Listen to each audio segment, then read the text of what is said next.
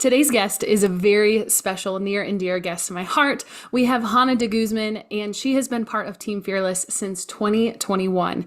She has worn many roles as a coach, social media manager, and retreat leader, and so many things behind the scenes that a lot of you guys probably don't even see. Even this very podcast, she's pulling out amazing nuggets and quotes and just amazing all around because she's passionate about what she does. But what many of you might not know is that as of this weekend, she is an official graduate of Boston University with her Master's of Education in Counseling and Sport Psychology. She is also going on a new endeavor as a mental performance intern with the Arizona Diamondbacks organization later this summer. And so I have her here with me live. Hana, welcome to the pod. Hey, V. Thanks for having me. Super excited to be here.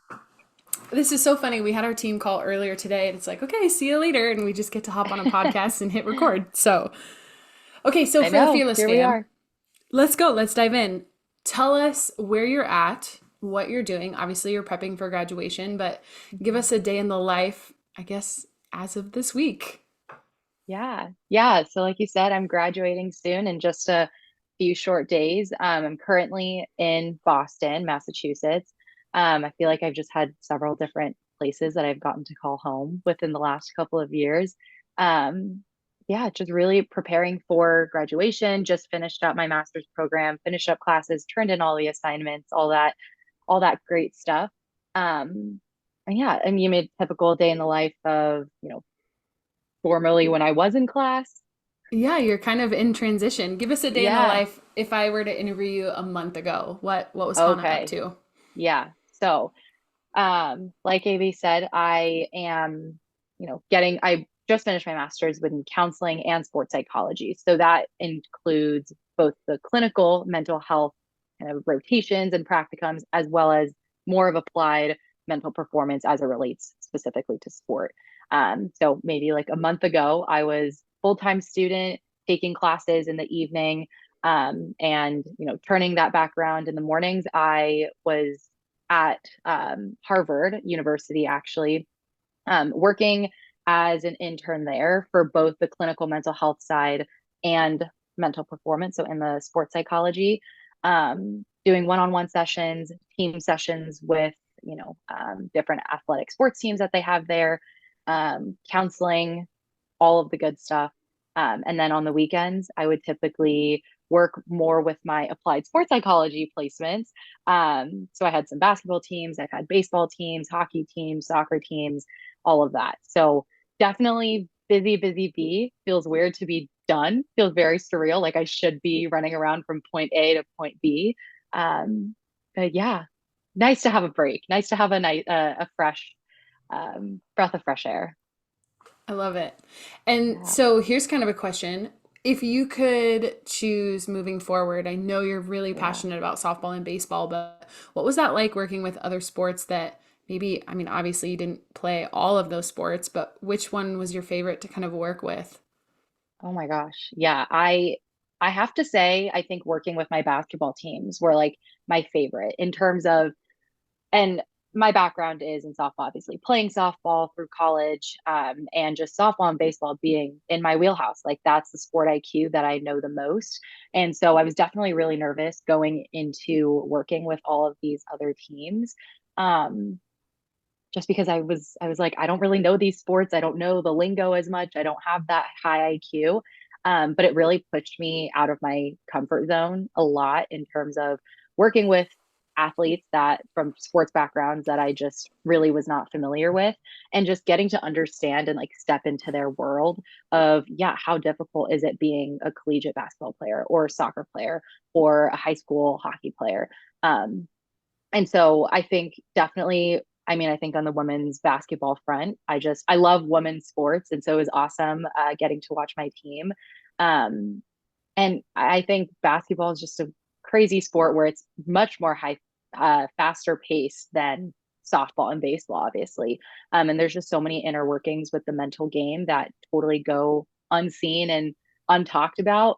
So it's really cool to kind of use, my mental performance experience already into a different sport. So yeah, it was awesome. Well, and just the pace alone, right? Think Right. about you make a mistake or you miss a rebound or you miss your shot. You don't really have a chance to sit in Hmm. that mistake. Yeah. You have to run across the court. And so it's like a volley sport, like volleyball or tennis. Yeah. It's just such a, um, when would you, I guess, as far as coaching those sports, when would you coach them to do those failure resets and self talk and focal points and breathing? When do you have time for that in sports like that? I think a lot of that comes down to just a lot of face to face time with my athletes and with the teams that I worked with. It was a lot of like going to practices or going to pregame warm ups, or in the mornings when they just had a shoot around, prior, like a couple hours prior to their game. A lot of that is just standing on the side, as opposed to like sitting in a dugout for baseball and softball teams. I was maybe sitting on the bench or at the end of the bench. And so if they were getting subbed out for, you know, 3 minutes during a game. If they had 60 seconds in between that to just take a reset, they would maybe come chat with me. Or again, just like in the middle of practice, maybe they're done with the drill, the end of practice. You just find a lot of different pockets that, again, just coming from a background of maybe a quote unquote slower paced sport like softball, you definitely have a lot more downtime to like sit and ruminate in your thoughts. So using that and thinking, okay, how can I deliver, mental performance, or how can I deliver these skills in a easily digestible way and in a quick way where my athletes could understand it, take it in, and be like, okay, yep, next play. Of course, I'm not on the court with them, and they're not going to be, uh, doing practicing these things in the moment super intentionally. But that's where I think doing things at practice in the off season, prior to games, during warmups, all of those little times and pockets of times and those little nuggets of space that you can take up, I think is super important. So I've definitely learned a lot about different sports and the different paces of different sports and like where to find those pockets of time. Well, and I think that's something that you do exceptionally well, seeing you coach inside our programs and with one on one athletes, and even at the retreat. You, and we talked about this before we hit record, but you have Mm-hmm. such an intentional way of slowing down and connecting and Mm-hmm. holding space, whereas someone like me is go, go, go and high energy. I think that there's this ebb and this flow and this beauty of different coaches are going to bring different things to the table. Right. Talk Yeah. about what we had talked about before we hit record about how here you are in your master's and you're learning how to build rapport, which sounds so common sense, right? Of like how to build relationships with your athletes and how to do this. Can you kind of talk about that? What does that look like on the academia side? Yeah. Oh my gosh. I think it was definitely intimidating in the academia side of week one of this program back in fall of 2022, when I was first kind of thrown into the fire, thrown to the wolves, as we call it. And we're just learning so much where it's like, how do I even begin to incorporate all of this into the work that I'm doing with my teams? I'm the type of person that is like, I need to know everything. I need to learn everything before I can actually go apply it. And so this program has really challenged me because with all of our placements and all of my internships, we were thrown into the fire pretty much, yeah, like week one, week two of our program. So a lot of that came with, okay, well, we've learned X amount in the first week or so of this program.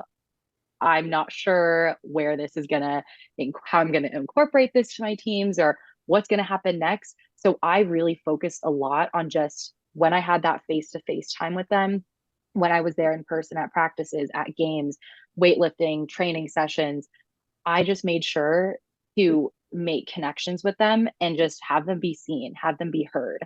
I love this quote of, no one cares, or wait, what's that quote? Yeah, no one cares about how much you know until they know about how much you care. And Yes. I absolutely love that, and that has really gotten me through this entirety of the program. I mean, I feel like I have a lot of imposter syndrome sometimes when it comes to, what do I know? How many years have I been in this field? I'm just an intern, quote unquote, just an intern, or I'm, just a master's student. I think I know a lot more than I give myself credit for. And so I get really nervous when working with athletes or teams or coaches. And I'm like, I feel like I need to know everything. I need to be the textbook that they can open up, and just read everything. But really, it's, having my athletes and my clients feel heard and feel seen. That opens them up to a whole world of possibilities of them being able to actually do the work themselves. And so I think the whole idea of learning while doing was huge throughout my entire time here in this program, where I definitely had to let go a little bit of like my perfectionistic tendencies or my tendencies of I need to know everything before going out and doing something. And a lot of that just comes with the fear of failure that I feel like has just been so ingrained with me and has definitely there's been some adaptive practices to that and it's gotten me this far. But through this program and just in general learning all of the things in sports psychology and mental performance and mental health counseling, learning while doing is just something that I think I'll take with me forever. I love that. Well, and I think that's the mistake that a lot of people make in assuming if I have the degree, I'll, and maybe I'm treading on thin ice here, but I think that there's a lot of practitioners and mental performance coaches that Mhm. maybe have the degrees but have a really hard time relating to their athletes. And I Mhm. think so often, I think, the NCAA is coming out with, more guidelines for this in the coming year. But essentially, when you have one, mental health resource or mental performance psychology resource for an entire Yeah. athletic department, and you have a coach that's working with multiple teams and they're stretched really thin, it's like, how can you possibly get that relationship and that rapport with Mhm. your athletes? And so I think you're hitting on that really, really well, and that your master's program did a phenomenal job of giving you that face to face time, giving you that real world experience, because Yeah. it's not just sitting in an office with a tissue box. Mhm. It's this is about becoming mentally stronger. And so there is that fine line. Can you kind of explain for those that are listening as a parent, as coaches, or even players that might be listening to this? The cool thing about your master's is that you were doing both practicums in clinical counseling Yeah. and applied sports psychology. So, can you Mhm. kind of talk about what is the difference between mental health and mental performance in your mind? Yeah. Yeah. No, that's a great question. I think this line gets blurred very often, especially when people hear sports psychology or you just hear the word psychology. You just immediately might think mental health. And while both go hand in hand, and I think both, are super important for an athlete's well-being and success, just in general, I think the field of mental health is more focused on generally helping people who might be struggling with mental health disorders, mental health illnesses, whether that be anxiety, depression, trauma, while mental performance is kind of more, I like to say sports specific. It's not always sports specific, but it's more so, these tools and these strategies that you learn from confidence or performance anxiety. And of course, there's that anxiety buzzword of is that performance anxiety in sport or is that anxiety on a daily basis? Um, and so I think, mental health is more so general well-being. Maybe it's socially, maybe it's family related, maybe it's academic related. And mental performance, I like to think of it as, again, sports specific. And I think there's two different hats that I'm wearing. And I'm like, okay, does this require my clinical mental health counselor hat or does this require mental performance hat? Um, and I've had the privilege of being able to wear both hats at once and figure out what would be the best treatment plan or like intervention to use. Um, but it's definitely been interesting to kind of see the best of both worlds of when I hear an athlete say, like, I feel like I've been really experiencing performance anxiety. It's like getting to the root of, okay, are they feeling performance anxiety due to a fear of failure, maybe, or a fear of, consequences that might come if they strike out, versus are they feeling this anxiety on a daily basis? Like immediately when they wake up in the morning or when they're walking to class or they're giving a presentation. So yeah, I think mental health and mental performance are definitely interrelated with one another, but there can be a distinction between both. Yeah. And I think as far as knowing what route to take or what skill to Hmm. use or what to help them kind of walk through is they can be absolutely applied to both. I mean, think about the Yeah. girls that have gone through the Fearless Warrior program. They get to the end of the program and they say, "Oh my gosh, I used this technique before taking a Right. big test," Yeah. or "I was nervous for this tryout." And obviously that's sport related, but they kind of have this aha moment of, Hmm. "Oh, well, I can use this beyond softball." It's like, ding, ding, Yeah. ding. You just Yeah. discovered the greatest secret of like, yes, these are life skills. It's going to Hmm. serve you far beyond sport. But I think you make a really great point of performing better in your sport. You don't have to wait until there's something wrong Hmm. to search out those resources. And again, before we hit record, we should just hit record right away. I know your backstory a little bit of how you discovered mental performance, how we connected through that mutual love of mental performance. Talk about your college years and where that kind of self-discovery came from. Yeah. Oh my gosh. Memory lane, walking down memory lane. I love it. So I graduated from the University of Puget Sound in 2018, or sorry, 2022. Graduated high school in 2018. Um, University of Puget Sound in Tacoma, Washington. I'm originally a California native, from San Jose, California. So it was definitely a jump to move out of state. But yeah, played softball all 4 years there. I was a lefty slapper. I was an outfielder. And originally going into college, I knew that I wanted to pursue a career in sports or at least working with athletes. And originally, I loved the idea of being a physical therapist or an athletic trainer or a sports medicine doctor, anything that I could do kind of on that physical realm. So I actually studied exercise science, which is essentially kinesiology, back in undergrad. And then I just loved the biomechanics and the kinesiology behind the human body and how our bodies work and recover through sport and how to utilize that for optimal performance. Um, and then my junior year of college, I think I was looking through YouTube videos, or I remember like struggling at one point in during the season. And I think I just Googled how to eliminate performance anxiety or how to bounce back from failure or how to be a better softball player.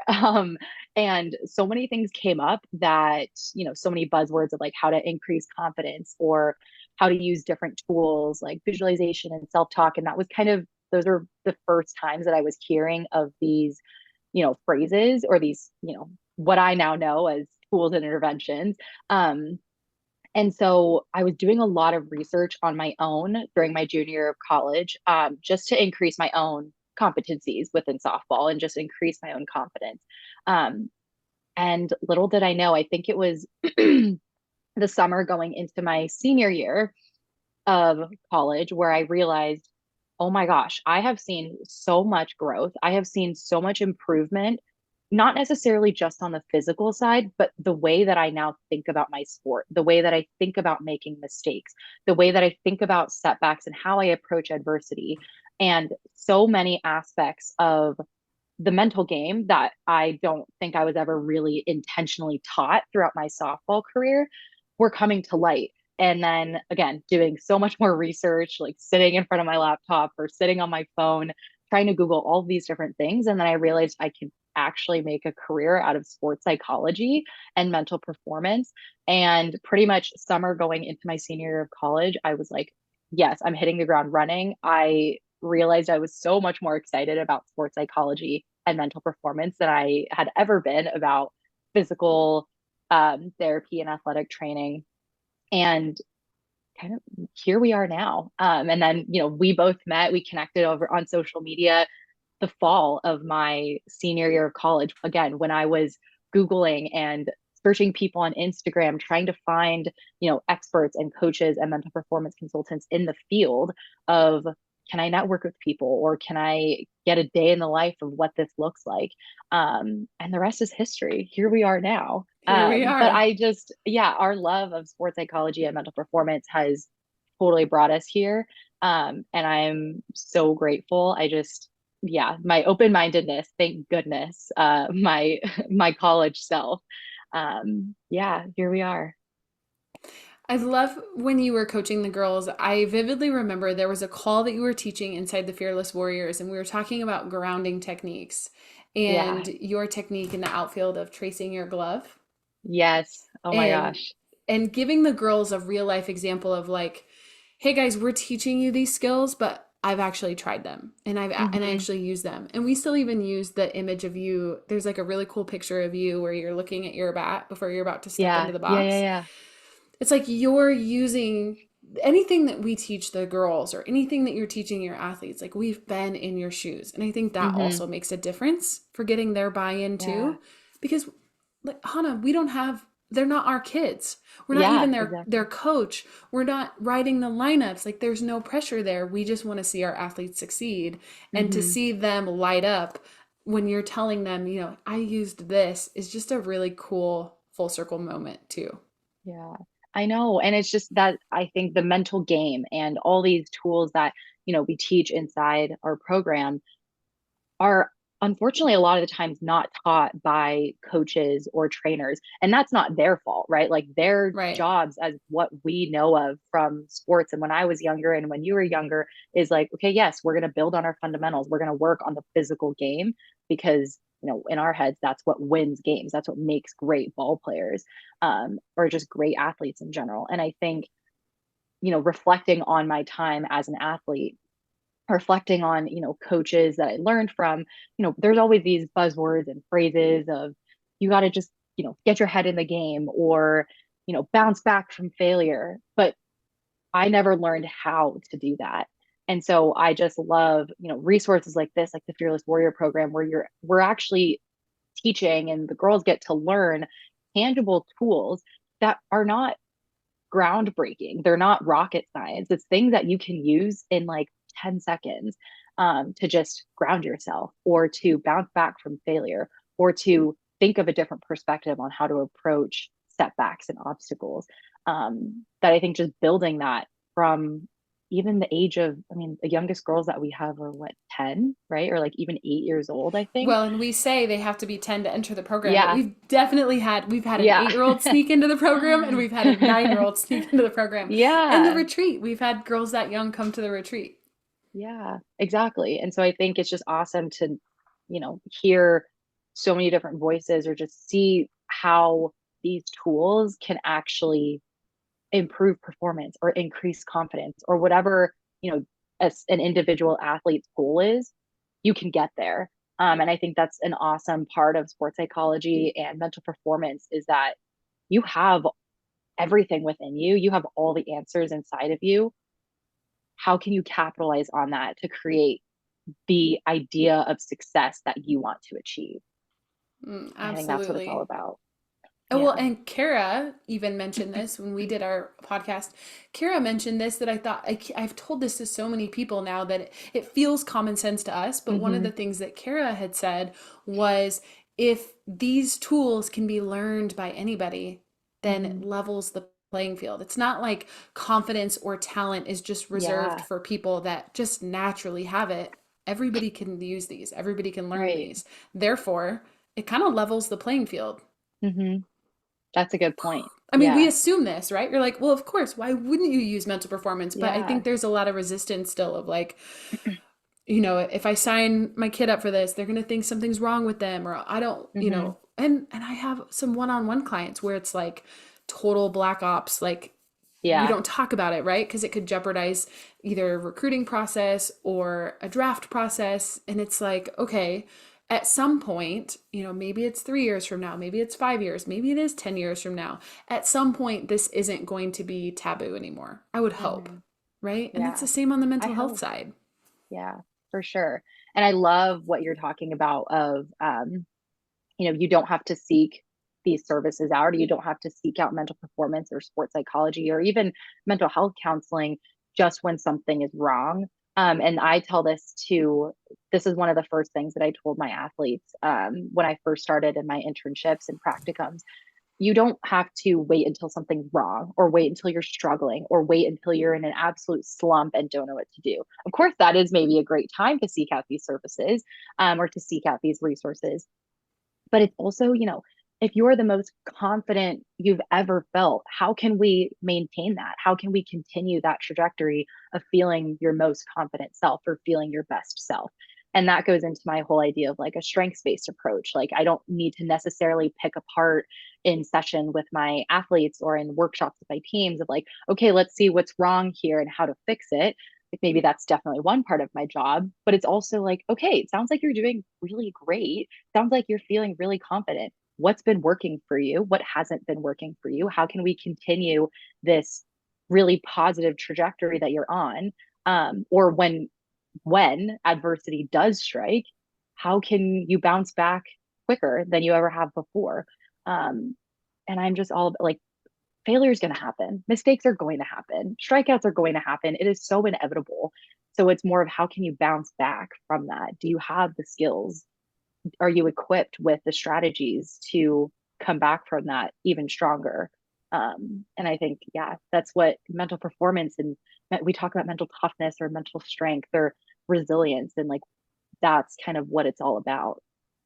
Absolutely. And doesn't it make you wish that you could just rewind the clock and let's go back to Yeah. 2018. How about Yeah. 2010? Like if we can rewind the clock, like let's just go back and even on the physical side of the game, right? Yeah. Like if I could go back and play my career knowing what I know now, not Hmm. only on the mental performance side, but also the advances on the physical side of the game, Yeah. but I think that's also a double-edged sword because I think there's so many resources and so Hmm. many things accessible that I think sometimes it can get blurry of like, well, who's the expert Yeah. and who do I listen to and what's founded in research and um, well, we just posted on Instagram the Dear Athlete, the most recent Dear Athlete. We posted Hmm. about the difference between neutral mindset and positive mindset and avoiding toxic positivity and Yeah. let's kind of talk about that. You were talking about the difference between motivational self talk and the instructional self talk, which is Hmm. huge. Kind of Yeah. talk about that eye opening moment where you're like, okay, like this is working far better than, you experience this in college, but then you're also experiencing this with the athletes that you're working with. Can you kind of talk about that? Yeah, for sure. So, with the concept of self-talk and how you were just mentioning motivational versus instructional self-talk, um, quick, definition if our listeners on here are kind of like, which one's which? Motivational self-talk are basically those phrases like "you got this" or "you are such a stud," "you're amazing," kind of motivational and encouraging phrases to use. Whereas instructional is kind of more task or like sport specific. So maybe that's keep your eye on the ball, or maybe you're fielding, a ground ball in the infield and it's stay low, or keep your glove down, or find your pitch, things like that. Um, and so I remember utilizing, of course, when I was doing my research on how to build confidence or how to be a better softball player, of course, self talk came up. And so the idea of self talk that I knew was, that motivational piece of, yeah, how can you say these encouraging and empowering and motivational phrases to yourself? Yes, I think that is so, so important. And then there's games like what I had, several games probably, where this one game in particular, I struck out 3 times in a row. And my phrases of motivational self-talk of "you got this, get the next one" were things that I didn't truly believe. And it was actually more discouraging than it was motivating, because I was like, I don't think I got the next one. I just struck out 3 times in a row and I don't feel great right now. I don't really feel confident. I don't feel like I can do it again. And so that's where my, maybe instructional self-talk came in of find your pitch, or, adjust on the inside pitch, or adjust on that rise ball. Or, just things that were more task specific to get my head out of, or to, get my struggles and things out of my head. And just focus on something super external, something that's more factual, kind of what we were talking about earlier today. And so I think self talk is a huge part of my game. And I love talking about that and providing that education to my athletes, because when they hear self talk, they again hear that exact same thing of motivational. And it's like, there's going to be times where you're not feeling motivated, you're not feeling confident. Because again, it's not a matter of if, but a matter of when you're going to face these struggles or face this adversity. Um, and so, yeah, I think again, to the point of, talking about positive psychology that we were saying earlier, it's not adding this element of toxic positivity and just slapping a band-aid on an open wound. It's how can we actually get to the root of what's going on? How can we actually analyze and observe, okay, this is my reality right now. These are my circumstances. I just struck out 3 times in a row and I don't feel great, but what can I do next? Mm-hmm. And so it's really like being real with yourself of, yep, this is how I'm feeling right now. I don't really feel great at all. Or I feel like I'm really struggling right now, or I feel like I'm in a huge slump, and just kind of accepting it with open arms because there's really nothing that we can do about it, about the past, obviously.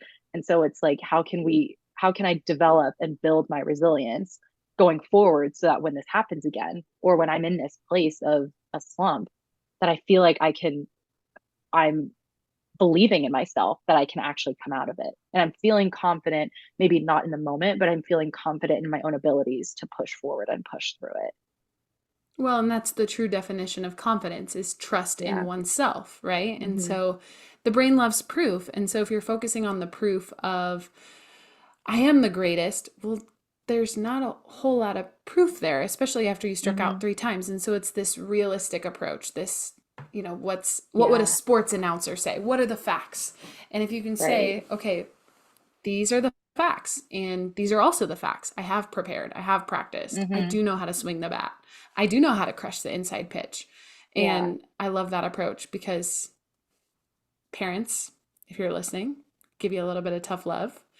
It's called self-talk for a reason because Mm-hmm. it's their self-talk, not your Yeah. self-talk. And so if you're getting eye rolls because you're telling your daughter, but you are good, Hana, you are a good hitter, you are a Yeah. good slapper, you got this, and you're getting eye rolls, Mm-hmm. it's because it feels opposite of what their reality is.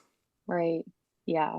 That's so true. And it's hard to believe that when you're, an athlete and you're struggling and you're just in The in muck. the suck. Yeah, you're in Yeah, it. in the suck, in the muck. But I think, obviously with self-talk and the several other, tools and modules that you teach in the program, can go so far in an athlete's success or just overall like athletes' satisfaction in their performance. Striking out 3 times in a row that one game, my satisfaction of performance was just getting the ball, putting the ball in play, and that would have been a win for me. But again, I think that's mental performance that I wasn't aiming for a home run at that moment. It was like I just want to improve. I just want to be better. I just want to put the ball in play and make a play. So yeah, there's so much that I feel like goes into sports psychology and mental performance, but it's the beauty of the complexity within it. Yeah, absolutely. Can I Yeah. throw you a ringer question? We didn't really prep this one, but I would be Yeah. very curious to hear your answer. And, we don't really edit the podcast, but if we want to edit this, we totally can. I have to ask this question because, oh, I used to ask this question on podcast interviews, but Hmm. I know that you've had an experience, maybe even in your master's or even in your college experience. When is a time that you just felt like you failed massively? And how did you come on the other side of it?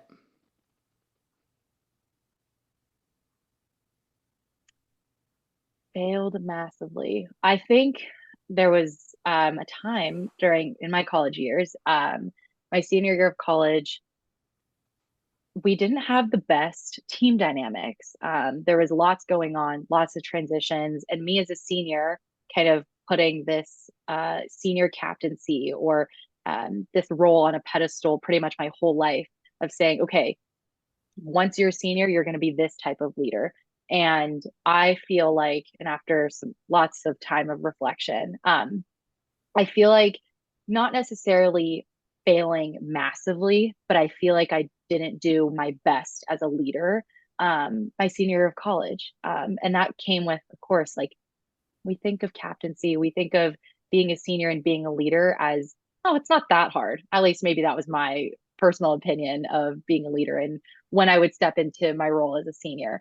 Um, but I think that I think about my college experience a lot and what leadership means and what being a senior and a veteran on my team means. Um, and a lot of that in terms, I mean, of course, we're all girls and we maybe have drama. There's just lots of things in college when, we're all failing or we're not winning a lot of games. And so that brings a lot of light, I think, to the table, of maybe things that are not going well. And so in that moment, of me and my fellow other seniors, we got together and we were like, how can we improve on our leadership, or what's going on right now that we can do as individuals that we have full control of? And so it was a lot of like checking ourselves, because a lot of the times as humans, we don't necessarily want to point the fingers on us. We want to put the blame on other people or say like, okay, this is wrong, this is wrong, this is wrong, and just point the fingers elsewhere. That season, I think, was a lot of pointing the finger back of like, what are we doing that is maybe impacting the trajectory of our season right now, or what are we not doing that could be better as seniors or as leaders? It's a whole top down process, right? From the coaches to the senior captains and the leaders to the underclassmen and the new teammates that are coming on board. And so I think, yeah, a lot of that was just checking ourselves, being real with ourselves, using, our own expertise of leading by example. I think, leading with compassion was huge. And I'm not a parent at all. And I hope I am one day, but I know that parenting is hard, and not to, amount parenting to being a senior on a softball team. But I think that does come with that. There's a lot of parallels that I'm seeing with parents that we work with in the program, or just the messages that we want to give. A lot of times we want you want the best for your athletes and you want the best for your daughters. And a lot of that does come with, as a leader, how can you model really positive behaviors for your kids and for your athletes? How can you provide communication and show them like, this is how you can effectively communicate without exactly telling them? I mean, our kids and athletes are watching every single move, whether we know it or not. And so I think all that to say, being a leader is hard, but that it is super doable and very manageable. And us being able to reflect is just super important. That's a really important step to even making that change that we want. It's kind of a long-winded story with that, But but thank I you for think sharing that and yeah, I being think there's lots vulnerable of with your messages. story. Yeah, for Yeah. sure. I think so often we forget to, and we can kind of end it with this, and then we have to ask you the infamous podcast question. But Mhm. I think the mistake that we make sometimes as practitioners or even as parents seeking out mental performance is, let's just do the skills. Let's just Mhm. visualize. Let's just figure out that self talk. And I think you alluded to that self reflection. And I Mhm. know that I've shared this analogy, maybe not on the podcast, but if I haven't, here we go. You would never take your daughter to a hitting coach and have that hitting coach immediately start changing things in her swing Mhm. without first watching her swing, either by video or just Yeah. by taking some cuts. And so we have to watch the swing. Well, what is that with her mindset? We have to figure out, what are those thoughts that she's telling herself? We have to self reflect. What are we doing right? What are we doing wrong? What are you experiencing out there? Get curious, ask questions, even self discovery, right? Mhm. We've got our Conversations to Create Confidence guide that we give out to parents, but that's also a reflection guide for athletes. You could print it Mhm. out and print these questions out and self reflect. When am I most confident? Who's affecting my confidence? What situations feel out of control? And that really is that awareness piece that I think sometimes we just want to rush and skip over. But if you skip over that, you're Yeah. losing that athlete's sense of self and what they're facing. And going back to the first part of this conversation of, how do we build rapport if you don't know what they're struggling with or what they're facing? Exactly. Yeah, exactly. You hit the nail right on the head. I love that. Boom. How's that for a mic drop to close Mic out? I love drop. this. Okay, so the question is, if you were a time traveler and you could go back in time and give your past self one message, what is Hana telling herself? Oh, so many messages, but one that really hits home with me is to be open-minded. And that sounds so cliche and it sounds so like small. I can't imagine where my life would have been if I stuck to that one path that I thought that I was passionate about, or that one idea of being an athletic trainer or wanting to go down that route of exercise science and physical therapy. Well, that is so important. And I actually still am very fascinated about it. But thinking about taking the leap and just being so open minded to opportunities that are right in my lap and what I wanted to do with them. I think open mindedness comes with so much beauty. It's scary, but you are built for this.